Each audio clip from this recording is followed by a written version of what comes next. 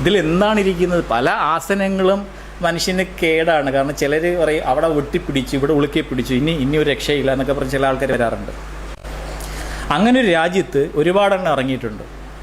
അതിലൊന്നാണ് ഞാനീ പറഞ്ഞ ഈ അധ്വാനിക്കാതെ വെയിൽ കൊള്ളാൻ വയ്യാതെ വിയർക്കുന്നത് എന്തോ പ്രശ്നമാണെന്ന് കരുതുന്ന മലയാളിയുടെ ഇടയ്ക്ക് അവതരിച്ച ഒരു സാധനമാണ് യോഗ. എഫ്.സി. ഗോഡൗണിൽ ഗോതമ്പ് അരി ചാകറക്കുന്ന തൊഴിലാളി എടുത്തുന്നുണ്ട് യോഗ ചെയ്യണമെന്ന് പറഞ്ഞാലേ അവൻ നീട്ടി ഒരു തുപ്പങ്ങ് തരും, ആട്ടിത്തുപ്പ എന്ന് പറയും. അല്ലെ പാടത്ത് പണിയെടുക്കുന്ന ആൾക്കാരെടുത്തുണ്ട് യോഗ ചെയ്യണമെന്ന് പറഞ്ഞാലേ അവർ ചിലപ്പോൾ അങ്ങ് അപ്പനപ്പൂപ്പന്മാരെ തെറി വിളിച്ചെന്നിരിക്കും. മനുഷ്യന് അത്യാവശ്യം വേണ്ട ജോലിയും കാര്യങ്ങളും ചെയ്തിട്ടുണ്ടെങ്കിൽ നിങ്ങളുടെ ശരീരത്തിന് ഒരു വഴക്കം ഉണ്ടാവും.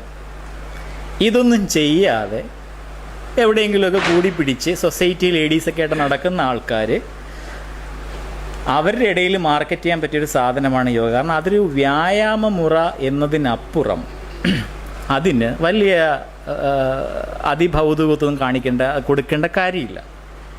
ഇനി നിങ്ങൾക്കത് എപ്പോഴാണ് ആവശ്യം വരുന്നത്? നിങ്ങൾ അനങ്ങാതിരിക്കുമ്പോഴാണ്.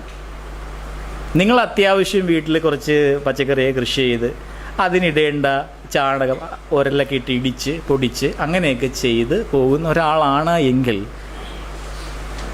അങ്ങനെയല്ലേ ചെയ്യേണ്ടത്. രാവിലെ ഇറങ്ങി കൈയും കാലും കുടഞ്ഞ് നടക്കുന്നവനും യോഗയ്ക്ക് പോകുന്നതിനും ഒക്കെ ശരിക്കും പറഞ്ഞാൽ സമയം പാഴാക്കുകയല്ലേ ചെയ്യുന്നത്. ഊർജ്ജം വെറുതെ കത്തിച്ച് കളയുകയല്ലേ ചെയ്യുന്നത്. നിങ്ങൾക്ക് അത്ര ഊർജ്ജം ഉണ്ടെങ്കിൽ നിങ്ങൾ വാ, നമുക്ക് റോഡ് പണി നടക്കുന്നിടത്ത് ഓട പണി നടക്കുന്നിടത്ത് നമുക്ക് കുറച്ച് നേരം സ്വമേധയാ തൊഴിൽ സന്നദ്ധ സേവനം ഇല്ലേ ചെയ്തു കൊടുക്കാം, ശ്രമദാനത്തിന് പോകാം. കോഴിക്കോട് വെച്ച് ഇതിൻ്റെ ഒരു ചർച്ച നടന്ന അന്ന് ഒരു ഭയങ്കര മുടിയൊക്കെ നീട്ടുകൊളുത്തിരി പുള്ളിയും കുറേ അനുയായികളും കൂടെ വന്നു കയറി വിശ്വനാഥൻ സാറിൻ്റെ ക്ലാസ് കിടക്കുന്ന സമയത്ത്. അപ്പോൾ പുള്ളി വിശ്വനാഥ് സാറിനെതിരെ കേസ് കൊടുക്കും അങ്ങനെയൊക്കെ ചില കാര്യങ്ങൾ പറഞ്ഞപ്പോൾ ഞാൻ ചെന്ന് പറഞ്ഞത് മറുപടി ഞാൻ പറയാം, എന്നെ വിശ്വനാഥ് സാറിനെ മാറ്റിയിട്ട് ഞാനാണ് മറുപടി പറഞ്ഞത്.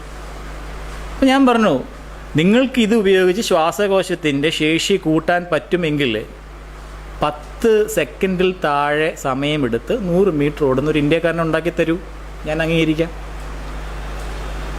അതല്ലെങ്കിൽ 120 മിനിറ്റ് കിതയ്ക്കാതെ ഓടാൻ പറ്റുന്ന ഒരു 11 ആൾക്കാരെ ഉണ്ടാക്കി തരും. കാരണം എനിക്കൊരു ഫുട്ബോൾ ടീം ഉണ്ടാക്കണം.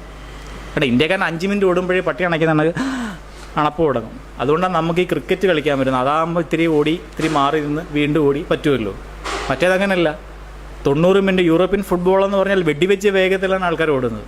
അത് സമനിലയിലാണെങ്കിൽ വീണ്ടും ഒരു 30 മിനിറ്റ് എക്സ്ട്രാ ടൈമുണ്ട്. പറ്റുമോ ഇതൊക്കെ ചെയ്തിട്ട്? കാരണം കായിക ക്ഷമത, സ്റ്റാമിന എന്ന് പറയുന്നത് അതാണ്.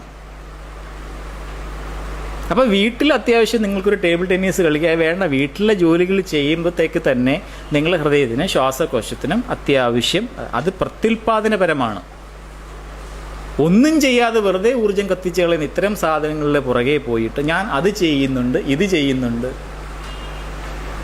ഇതിലെന്താണ് ഇരിക്കുന്നത്? പല ആസനങ്ങളും മനുഷ്യന് കേടാണ്. കാരണം ചിലർ പറയും അവിടെ ഒട്ടിപ്പിടിച്ചു, ഇവിടെ ഉളുക്കി പിടിച്ചു, ഇനി ഒരു രക്ഷയില്ല എന്നൊക്കെ പറഞ്ഞ് ചില ആൾക്കാർ വരാറുണ്ട്.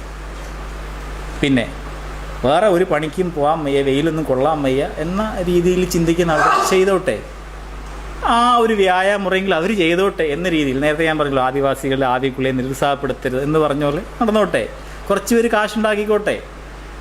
ഈ ചിന്തിക്കാൻ ശേഷിയുള്ളവർ എന്തിനാണാവോ ഇതിൻ്റെ പുറകെ പോകുന്നത്? അതിൻ്റെ കാര്യമില്ല.